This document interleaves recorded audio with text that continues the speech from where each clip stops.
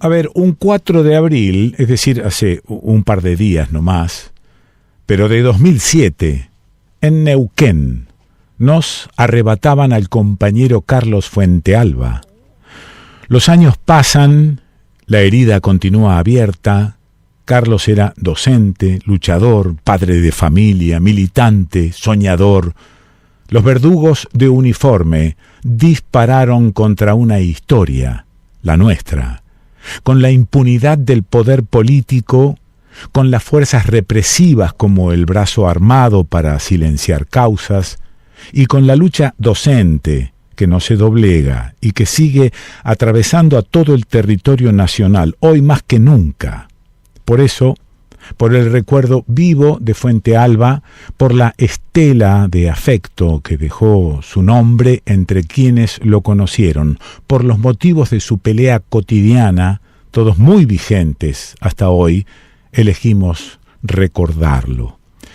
Hace un par de días se cumplía un aniversario del asesinato de Fuentealba.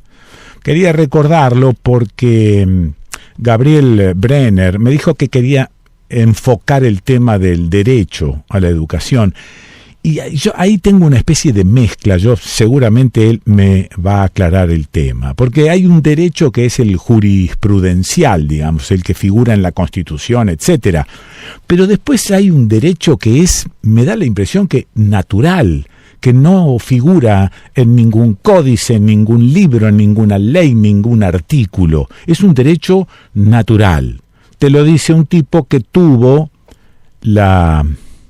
el privilegio de tener una familia donde se reforzaba todo el tiempo la regular educación que recibíamos en la escuela. Había una cuestión en casa de alimentar esto de cuestionar cosas, de no comprar el paquete cerrado, de ir un poco más allá, de ver y de poder elegir, es decir, albedrío, lo que yo creo que es el albedrío. Gabriel Brenner, ¿estás por ahí? Atento y escuchando con un poco de dolor, porque también contarte, Quique, sí, que me une una relación muy, muy estrecha con ATEN, que es el sindicato docente de Neuquén. sí. Me une una relación de muchos años con ellos y también con tantísimos y tantísimas docentes, una relación con la propia Sandra Rodríguez, ¿no? La compañera de Carlos Fuentealba, y con cada uno de los compañeros que no voy a nombrar porque son un montón de ATEN. Sí. Y cuando hablabas, la verdad es que reconozco, me siento parte de tus palabras y la verdad que cuando te comenté que la idea era poder ir por el lado de los derechos y que conversemos sobre eso, Sí. empezar recordando a alguien que entregó su vida allí en una ruta, reclamando a viva voz en el medio de la Patagonia desierta por el derecho de un montón de docentes. Sí.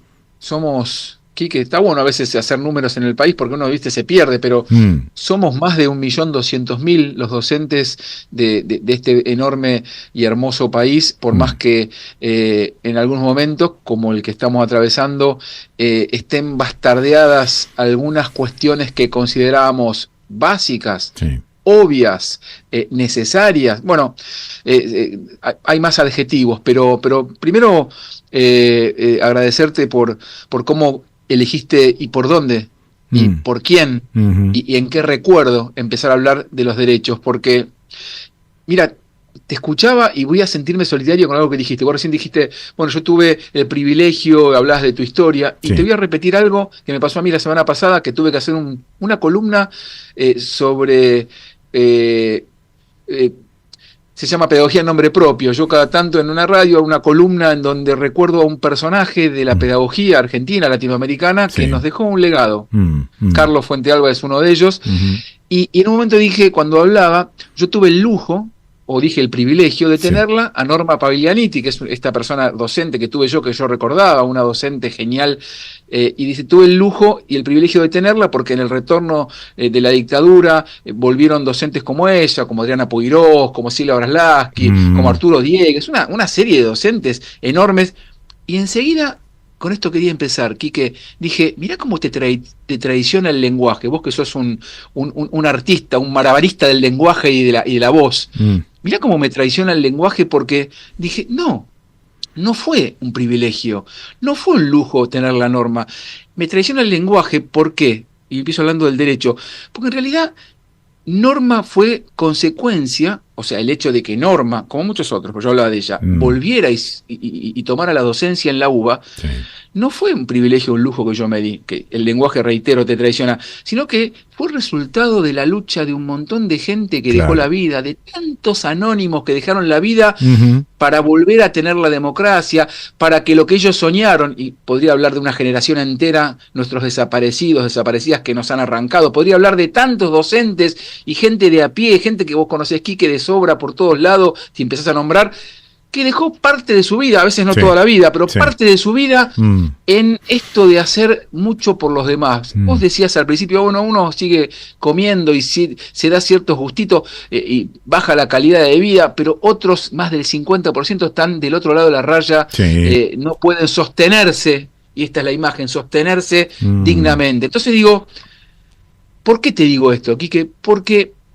yo creo que el derecho y quienes hoy gozan de cierta oficialidad lo están haciendo alarde y están mostrando esto. El derecho, si lo vemos como un asunto meramente abstracto o individual, estamos fritos. ¿Y a qué me refiero? A ver. Mirá, ¿a qué me refiero? Un poco tiene que ver con lo que te decía de la tradición del lenguaje y confundir. Voy a ser más concreto todavía, ya que vos hablaste. Yo entré a la secundaria aquí que en el 82. Malvinas de fondo, a propósito de que estamos en estos días malvineros. Cuando yo entré al secundario, Quique, el 65%, datos no relato, datos, el 65% de los pibes y las pibas de mi edad no iban a la escuela. O sea, yo tenía, para empezar a usar bien las palabras, el privilegio de estar en la secundaria. Para un tipo de clase media porteño era algo normal, era parte de la vida cotidiana. Pero el 65% del piberío de mi edad no estaba en la escuela. Eso es. Foto. Brum, siglo XXI. Abril 2024. Entre el 94 y el 97% de los pibes en edad de ir a la secundaria están en la escuela. 2 fotos. Por supuesto, Quique, en el medio, y lo hemos conversado con vos, que no aprenden bien, por supuesto, que tienen que aprender mucho mejor, ni hablar, que los que empiezan la secundaria la tienen que terminar, y el derecho es ese, lo mismo. Pero esas 2 fotos nos muestran que, a pesar de lo bastardeada que está esta democracia, y lo que la quieren bastardear incluso desde la oficialidad misma, esta democracia hizo que duplicáramos la cantidad de años obligatorios de educación. ¿Qué quiere decir eso? Que cuando empezamos, ¿te acordás, Alfonsín? En ese momento que volvíamos a oler democracia, digamos, había 7 años de escuela obligatoria. Y que en este país y en esta democracia hoy tenemos el doble. Reitero.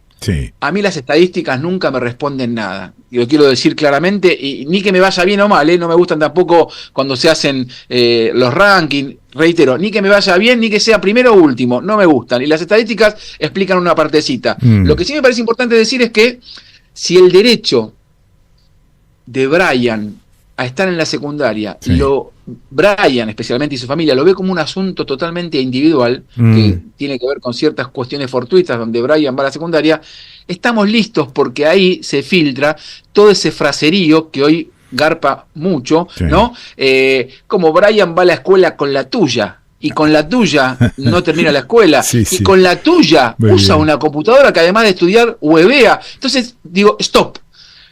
Brian va a la escuela, o el hermano de Brian entró a la universidad en la que yo trabajo, porque un montón de Gabrieles Brenner que fueron a la UBA no saben que el papá y el abuelo de Brian, laburadores, con changas, a veces con más regularidad y a veces en condiciones precarias, con todo ese laburo, no solo la vieron siempre por TV de afuera de la universidad, sino que con su trabajo le pagaron a un montón de Gabrieles Brenner, clase media, claritos, ojos claros, la Universidad de Buenos Aires. Entonces, Gabriel Brenner tiene la oportunidad de decir hoy, a viva voz, ni más ni menos que con Quique Pessoa, que no naturaliza sus privilegios, que sabe que él tuvo la posibilidad de ir a la universidad porque nació en un hogar de clase media, porteña, etcétera, pero que los abuelos de Brian, las abuelas de Brian, los papás y mamás de Brian, con su laburo histórico anónimo, le garparon peso a peso la uva que él hizo. Entonces,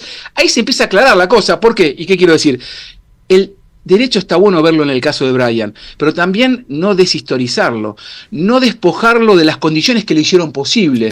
Porque que Brian esté en la secundaria y el hermano en la universidad, tiene que ver con que hubo condiciones, cosas, ríos que pasaron por debajo que hicieron posible eso. Entonces, reitero, me parece importante entender que el derecho es una construcción social y hay que poder defenderlo. Y acá irrumpo con una novedad y un tema que trata de manera, yo diría, quirúrgica, otro gran columnista que vos tenés, el destacado y querido amigo Daniel Feierstein, porque lo escuché decir a Daniel, que no dice ni una pavada, dice cosas para pensar, que pareciese en esta época, Quique, que quienes defienden o defendemos los derechos somos conservadores, y en todo caso la derecha pareciera ser la que en esta época resulta revolucionaria y transgresora, reclamando ciertas cuestiones. Entonces yo digo, qué interesante conjetura, pero yo lo que digo es, me parece que no hay que dejar de defender los derechos porque que un pibe no pueda ir a la secundaria, y esto está volviendo a pasar por simple hecho de la condición material, porque si un pibe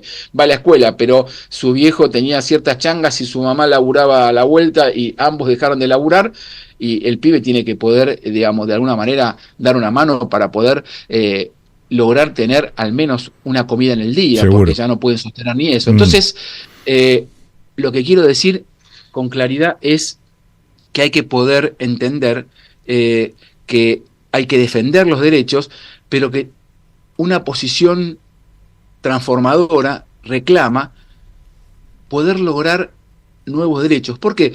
Porque si lo ves en forma individual, y esto es lo que ha logrado buena parte de, no solamente en este país, buena parte de las nuevas derechas, es entender que si el derecho uno lo entiende en forma individual, se naturaliza de tal modo que nos sucede como cuando hablamos o como cuando caminamos. Cuando hablamos no pensamos en la lógica gramatical que sostiene nuestro lenguaje. No, hablamos como una cuestión mecánica, y allí está su propia fortaleza como su límite. Lo mismo respecto al derecho individual. Si Brian no conoce por qué él está yendo hoy a la escuela secundaria, y ni hablar el hermano de Brian a la universidad, cosa que no hizo nadie de su familia, digamos, antes, me parece que lo que nos tiene que permitir entender es que cuando se naturaliza algo de tan habitual que se transforma, se lo deja de interrogar, lo cual dejamos de entender por qué estamos acá. Los neos discursos intentan también hacerle mala prensa a esto de historizar, para qué ir para atrás y hay que mirar para adelante. Entonces en eso meten adentro también el tema de desmemoriarnos, porque no sirve mirar para atrás y también son modos correctos políticamente de ser impunes. Entonces en ese sentido me parece que está bueno entender que el derecho es una construcción social que nos antecede y que, y ahí voy a decir algo también, dejo a Feierstein y me agrego yo. El derecho, Quique, alguna vez te lo dije y lo quiero decir de vuelta frente a tu audiencia porque es mucha y le gusta discutir educación. El derecho es a ser parte de la escuela, no a aprobar. Y con esto estoy diciendo mucho. ¿Por qué? Porque creo que lo que le ha faltado y nos ha faltado con claridad es poder conjuntar el derecho con la responsabilidad. Hay algunas generaciones, en este último tiempo, especialmente muy jóvenes, que a veces han naturalizado el derecho como un bien, de alguna manera, que ya estaba, y que por lo tanto del cual uno puede gozar. Exactamente. Entonces, el derecho es a estar en la escuela, a ingresar, que es lo que no tuvieron ese 65% de pibes cuando yo en el 82 entré. Ahora, el derecho no es a aprobar, el derecho te pone en una situación en donde vos tenés que asumir la responsabilidad de hacer una serie de ejercicios ciertamente incómodos para aprender. Y la relación con el saber, además de ser inquieta, es incómoda. A veces no está bueno sentarse y leer 3, 4 horas, subrayar, comprender lo accesorio respecto de lo importante, esto que aprendemos en la primaria y después de otro modo en la secundaria y ni hablar en la universidad. Entonces, me parece importante esto dejarlo claro, porque si no, todo pasa, ¿no? Como decía un juez del fútbol argentino, siga la Molina, no cobraba nada. No, claro, momento, hay que cobrar. O sea, entonces me parecía importante también distinguir que, reitero, el derecho es a ser parte de la escuela. Otro momento distinto, superador, es aprobar. Y aprobar no tiene que ver con el derecho a estar en la escuela, tiene que ver con el esfuerzo, también y especialmente individual, que hace una persona para poder, y lo digo de este modo, el esfuerzo que hace Brian para subirse a ciertos mundos, que a veces la escuela o un profe o una poesía le permiten subirse a ciertos mundos a los que no puede acceder por cuenta propia o de su familia. Y eso es para mí lo más emancipador que tiene la educación como un motivo que modifica la relación entre las personas. Por eso me parecía importante distinguir aquello del derecho como algo naturalizado, que viene dado, y el derecho como una conquista social donde a mí, con 14 pirulo o con 22, me precede una historia de tanto genterío luchando para que las cosas sean un poco mejor. Gracias, Gabriel, te mando abrazo grande, siempre es interesante escucharte y sumar algunas cuestiones. Beso grande. Abrazo enorme para vos.